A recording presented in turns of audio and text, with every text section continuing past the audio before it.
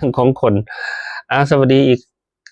ครั้งนะครับทุกๆคนที่เข้ามาพูดคุยทักทายกันในช่วงค่ำคืนนะครับตอนนี้เป็นเวลาเท่าไหร่แล้วเนี่ยพี่น้อง3 ทุ่มแล้วตัวนี้ลึกนะเพื่อสิให้รัฐบาลซะบ่เอาอย่างสินะที่อาจารย์จะบอกให้บอกเอาเนาะเอาฟังจากปากในความมั่นใจคิดว่าสิมานะคิดว่าจะมานะเพราะว่าเดี๋ยวก่อนสิให้สิว่าเนี่ยใครรู้เลขเด่นเงินล้านของอาจารย์มั่งพิมพ์มาอาจารย์ให้ตัวใดเนี่ยถึงว่าก็เข้าดีเดินดีมายาวตั้งแต่เดือนพฤศจิกาธันวามกรากุมภา8 งวดแต่เลขวิ่งเง่าแต่ว่าส่วนรัฐบาลที่อาจารย์ลงเฉพาะเฟซนี้ไม่ได้ไปลงกลุ่มไม่ได้ไปลงเพจเพราะวันติดแดงอาจารย์ลงเฉพาะตรงนี้ถ้าคนอยู่ในเฟซนี้คนไม่รู้เพิ่งจะมารู้น่าจะ6 งวดติดแต่อาจารย์เอาไปลงใบฟ้าเนี่ยใบฟ้าน่าจะเป็น3 งวดนะที่คนไปเห็นใบฟ้าน่าจะใบฟ้าน่าจะ3 งวดติดนะช่วงที่อาจารย์ฟัน9มัน95มันมาตั้งก่อนใช้ใบฟ้านู่นไหมพี่น้องแต่เลขวิ่งมันเข้าดีมีตัวไหนบ้างคุณวรรณาโอเคคุณวรรณา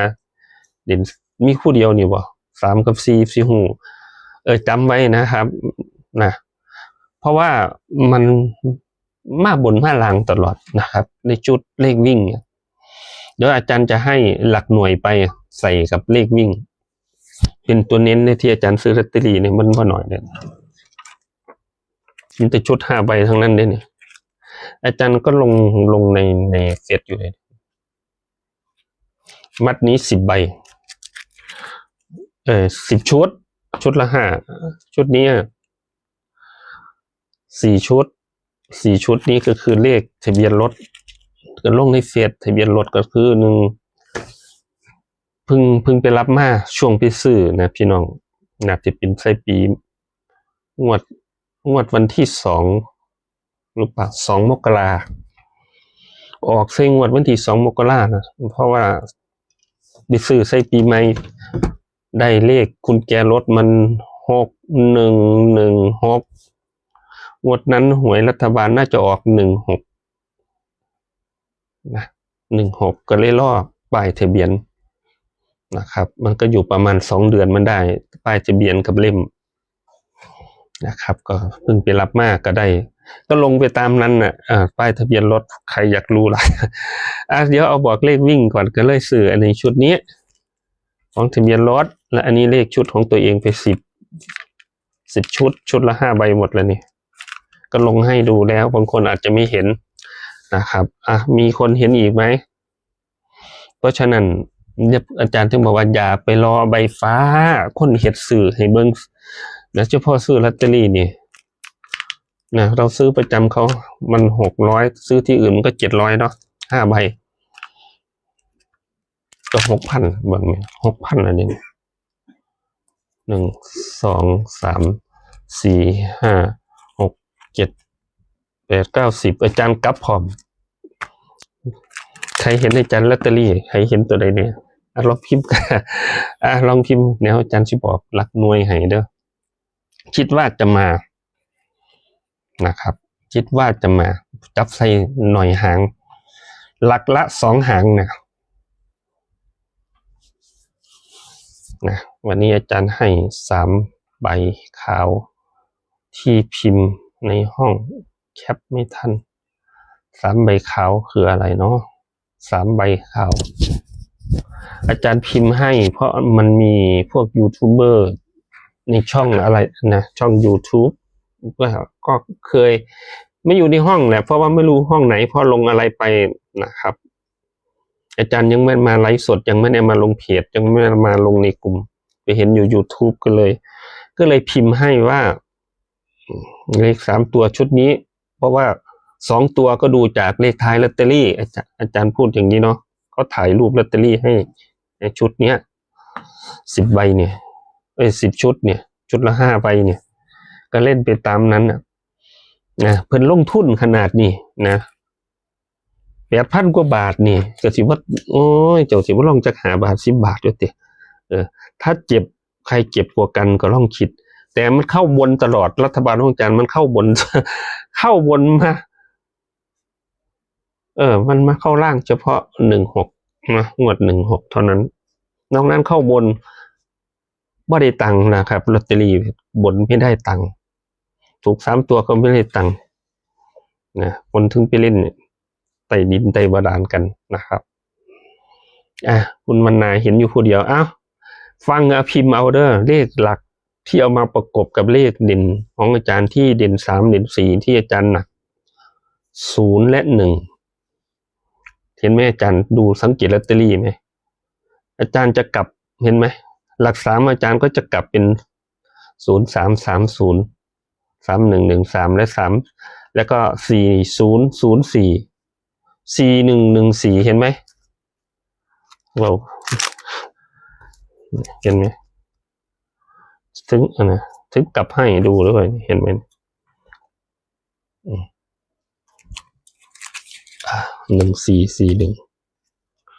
0330ตะกี้เว้าว่าเสียอีกสมิเจ้าก็สิว่าเล่นตามเนี่ยติชุดละ5 ใบ10 ใบนะก็แค่นี้เลยขึ้นนะแต่1เนี่ยก็1314ซะละหยุดได้ละอันนี้ไม่ได้กลับนะครับจะไปกลับมากมันก็เสียดายตังค์เด้นะครับเราไปกลับเล่นอันนั้นเอาดีกว่าถ้ามันเป็นบนระบบเราไม่ได้ตังค์เนี่ยก็เลยเราไปเล่นอันนั้นดีกว่าคือตัวนี้ลองเอาไปเบิ่งสำหรับผู้งบน้อยแต่ชุดที่อาจารย์ลงทั้งหมดน่าจะรู้แล้วเพราะว่า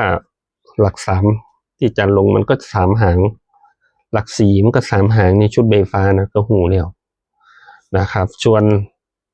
หลักร้อยเดี๋ยวสิบอกให้ก่อนผู้ได้จำได้ใครอยู่ในห้องแนวทางของอาจารย์ใครจำได้บ้างเนาะ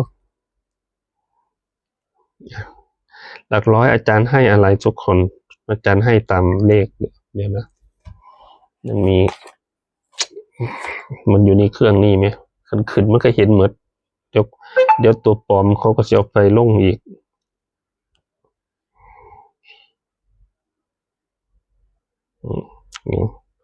หลักร้อยอาจารย์ให้1กับ4นะหลักร้อยให้1และ4คิดว่าจังได๋1มีมาแน่นอนบ่หลักร้อยกับหลักหน่วยนะครับถ้าเป็นบนนะแต่ล่างนะมีสิทธิ์ว่าจะเป็นล่างก็คือหลักหน่วยถ้าเป็นบนนะต้องเป็นหลักร้อยนะคิดว่าออกวันอาทิตย์ด้วยทุกคนนะครับไปแล้วว่าเราเล่นตัวไหนก็เอาไปตามนั้นเลยนะเราไม่ให้ว่าให้ซื่อๆเฮาเล่นพร้อมพี่น้องบ่คือบางคนเขาบ่ได้มาเจ็บตัวเขาบ่ได้มาเสี่ยงถูกบ่ถูกก็เรื่องของเจ้าบางคนบ่เข้าจักเที่ยเขาก็สิกล้าให้อีกอยู่บ่เขาก็สิหมดหลายแม่นบ่อันนี้ของเรามันก็ถือว่านะสังเกตเดี๋ยวสังเกตวันหวยออกเท่านั้นเด้อพี่น้องอาจารย์ถ้าวันหวยออกถ้าอาจารย์ลงคลิปว่าแมวมันมานั่นก็คือรับตังค์เป็นหยังวะเตี้ยแต่กี้ก็บ่ทันได้คิดดอกเพราะว่าเราเลี้ยงแมวนะครับได้ลกแมวมาแล้วมันคลอดได้3 สีตั้งแต่มันคลอดมาก็งวดแรกก็ตึกว่ามันมาหามาเคลียร์คอก็ยังไม่แน่ใจก็เลยขอให้ถูกหวยนะกับพูดคุยกับเขาแบบนี้ไหมพี่น้องขอให้ถูกหวยนะมันก็ถูกแต่เปลวไม่อาจารย์จริงๆแต่เดิมทีต้นเลยก็มีคนไม่ชอบมักซัดว่าชอบรักก็ไม่ชอบนะมันมาหาธรรมดาเราก็ไม่ได้คิดอะไรมันก็ถูกและหลังจากนั้นมันก็ไม่มาใกล้เรานะครับไปหาก็บ่มานะมันจะมาเฉพาะวันหวยออกเนี่ยก็เลยว่ามันมา 6 งวดติดแล้วนะครับแต่6 ครั้งแล้วที่อาจารย์ถูกติดต่อกันมัน6 ครั้งที่อาจารย์ลงไปน่าจะ3 ครั้งเนาะที่ลงในเฟซส่วนตัวว่าถ้าแมวมันมาก็ทุกคนซื้อเลยนะเลขที่อาจารย์ให้นั่นแหละที่อาจารย์ลงคลิปในเฟซลงเฉพาะแมวที่ก่อนหน้านั้นยังไม่ลงยังไม่เชื่อแม่พี่น้องยังมาเชื่อมันอยากกินนี้ไปเรียกมันก็ไม่มาเปียกจังสินะครับเพราะวันหวยออกเนาะมันตรงวันพระมีกี่เหมือนกันอาจารย์ก็เปิดประตูบ้านก็ทำพิธีการจุดธูป16 ดอกทางแจ้งเนาะถ้าวันพระอาจารย์ก็จะเคยบอกตัดกรรมขอขมากรรมเปิดขอโชคขอลาภพอธูปมันดับเท่านั้นแหละมันก็เดินเข้ามาพอเข้ามามันก็กระโดดเข้ามานั่งตักก็เลยไปที่นอนว่ามันจะนอนกับเราไหมก็ถูกแล้วล่ะมาเร็วนะประมาณ8 โมงช่วงวันงวดก่อนมันมา10 โมงให้ไปที่เล่นไปเนี่ยเปอร์เซ็นต์มันจะมาไหมนะครับเพราะมันมาแล้วมาหาเฮามานอนพอจะไปจนในห้องอุ้มออกปิดประตูหลักนะนั่นวันหวยออกพอหลังหวยออกเสร็จแล้วปุ๊บไม่มาใกล้นะไปเรียกหาก็ไม่เจอมันเปียกตรงนี้พี่น้องนะครับตรงเบิ้งแนวนี้โอ้ยไฟฟ้าลงวันไหนนะอาจารย์ก็บอกแล้วเท่ากับลงนั่นตัวเมื่อกี้ก็บอกเลยเล่นให้ดูแล้วจะว่าเล่นสิไปซื้อแนวได้นะก็ทุกหางอาจารย์ลงลอตเตอรี่ให้ทุกหางในโพสต์ก็เลื่อนดูแต่มันผิดที่หลักร้อยเท่านั้นแหละเพราะว่าลอตเตอรี่มันไม่มีหลักร้อยอาจจะดูในคลิปของอาจารย์ว่าให้วันไหนล่ะทุกคนลองพิมพ์มาเดี๋ยวกำลังเปลี่ยนใจอยู่ว่าเพราะเดือนนี้มันมี28 วันนะครับพอหนึ่งก็จะมาคิดอยู่ว่าให้เร็วที่สุดก็คือวันที่25นะครับเพื่อให้คนได้ไปหาซื้อสำหรับกว่ามันจะนั่นนะถ้าให้เร็วเขาก็ปลอมตัวไปเรียกรับผลประโยชน์เอาปลอมเป็นเรานี่แหละอยากได้เลขเรานู่นนี่นั่นเพราะเขามีเลขเราในมือเข้าใจไหมอาจารย์ก็เลยพยายามสื่อว่าเลขเรามีตัวนี้เขาก็เลยไม่เห็นต้นฉบับเข้าใจเนาะคือเราพิมพ์แม้แต่ในห้องไลน์อาจารย์ก็พิมพ์เป็นตัวเลขเอาหรือส่งลอตเตอรี่ขึ้นไปเอาไม่งั้นก็จะไปโชว์อยู่ที่ช่อง YouTube หรือไปเห็นในกลุ่มนี่เพื่อป้องกันการเอาไปเป็นต้นฉบับของมันไปแอบแฝงไปหาผลประโยชน์ปลอมเป็นเราอย่างสี่เข้าใจบ่เนี่ยเสือข้ามเบาบ่เนี่ยนี่อาจารย์บอกว่าอาจารย์ให้ไป2 หางต่อหลักเนี่ยก็สิว่าเสียอยู่บ่เด่นลอตเตอรี่ให้เบิ่งเนี่ย8,400นี่ซื้อเนี่ยสิว่าเสียนี่บ่นี่ลอตเตอรี่นี่เฉพาะลอตเตอรี่นะครับทุกคนยังไม่รวมอันที่เราจะไปเล่น